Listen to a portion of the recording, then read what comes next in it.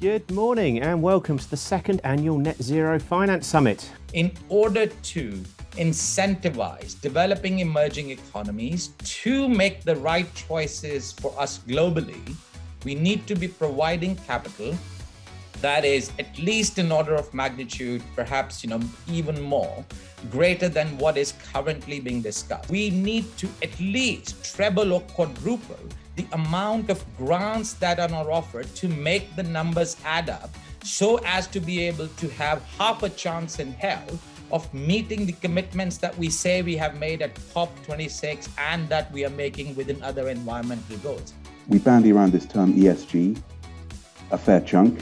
I think of the E, we've kind of at least identified the fact that we're comprehensively failing on one dimension of it, carbon, and we haven't even begun on the other dimensions. But when it comes to S and G, I think we haven't even begun the discussion.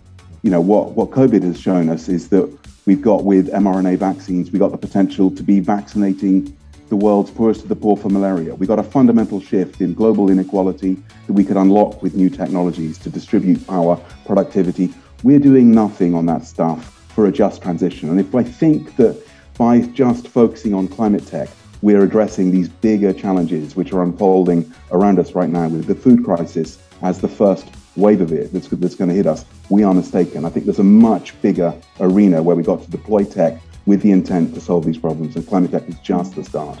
We joined Net Zero 2030 so we could tell people we can't do it.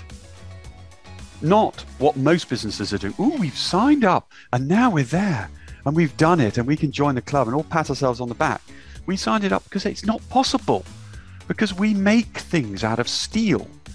And green steel just doesn't exist. There's a teeny weeny little supply chain somewhere up in Norway, but that ain't going to solve the steel problems. And this industry is massive, big, belching stuff that was built 35 years ago.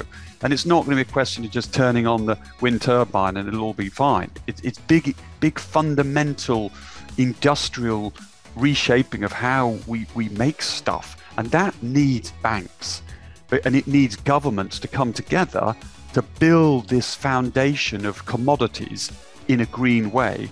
And we're only a teeny weeny little customer, but we've joined to say, and I think other SMEs that shouldn't be afraid that they think, well, this is all rubbish, can't do it.